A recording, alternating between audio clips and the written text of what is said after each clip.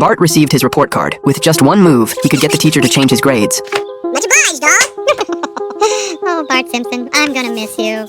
At that moment, Skinner told the students to take out their demolition tools and destroy this cursed place. Now let's trash this stuff. Because the school was about to start summer vacation. Somebody put a torch to these permanent records.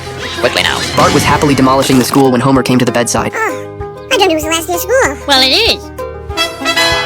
Oh, how do I know this isn't some beautiful dream, too? Ow! You know, a pinch is more traditional. Bart ate breakfast while looking at the summer camp poster in his hand. Homer promised the kids that if their average grades reached a C, they could go to Krusty's summer camp. Of course, Lisa could easily achieve that, and Bart only needed a D to go. At school, while Bart was cleaning out his locker, he found his sports shorts. Lisa received her report card, and only one grade was a B+.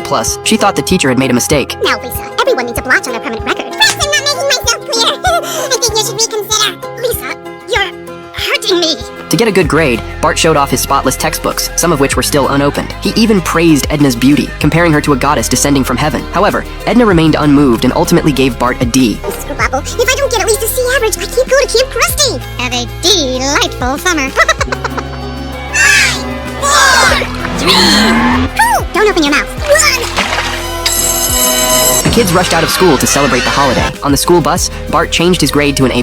Lisa thought at least it looked like a believable grade. Bart hesitated as he looked at the summer camp flyer, holding his altered report card. Here goes nothing. He showed the report card to Homer, who immediately noticed something was off. He thought Bart was being too greedy. Homer had originally wanted to motivate Bart to improve his grades, but it had no effect. In the end, Bart was still allowed to go to summer camp, because Homer didn't want him to spend the entire summer cooped up at home. Soon, Marge drove the kids to summer camp.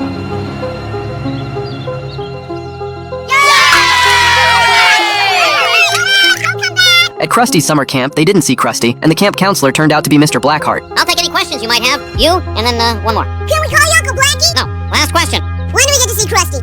He will be along eventually. In the meantime, our counselors, Dolph, Jimbo, and Kearney will be happy to handle any problems you may have.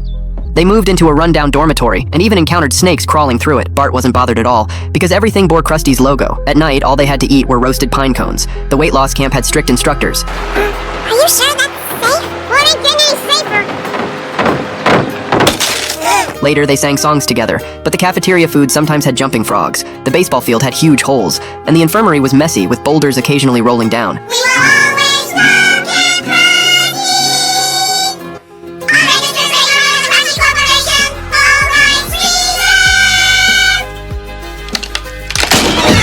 reserved. By contrast, Mr. Blackheart feasted on meat and luxury. The next day's hike turned into a grueling death march, causing Millhouse to collapse on the ground. Meanwhile, the craft center was basically a sweatshop. Bart endured everything with firm determination, always believing that Krusty would come. Then, heavy rain hit, and the roofs were torn off. The next day, Krusty finally arrived. Bart was extremely excited, but soon everyone realized he wasn't the real Krusty. That's not Krusty the Clown! What do you think? I slapped a clown suit on some wino?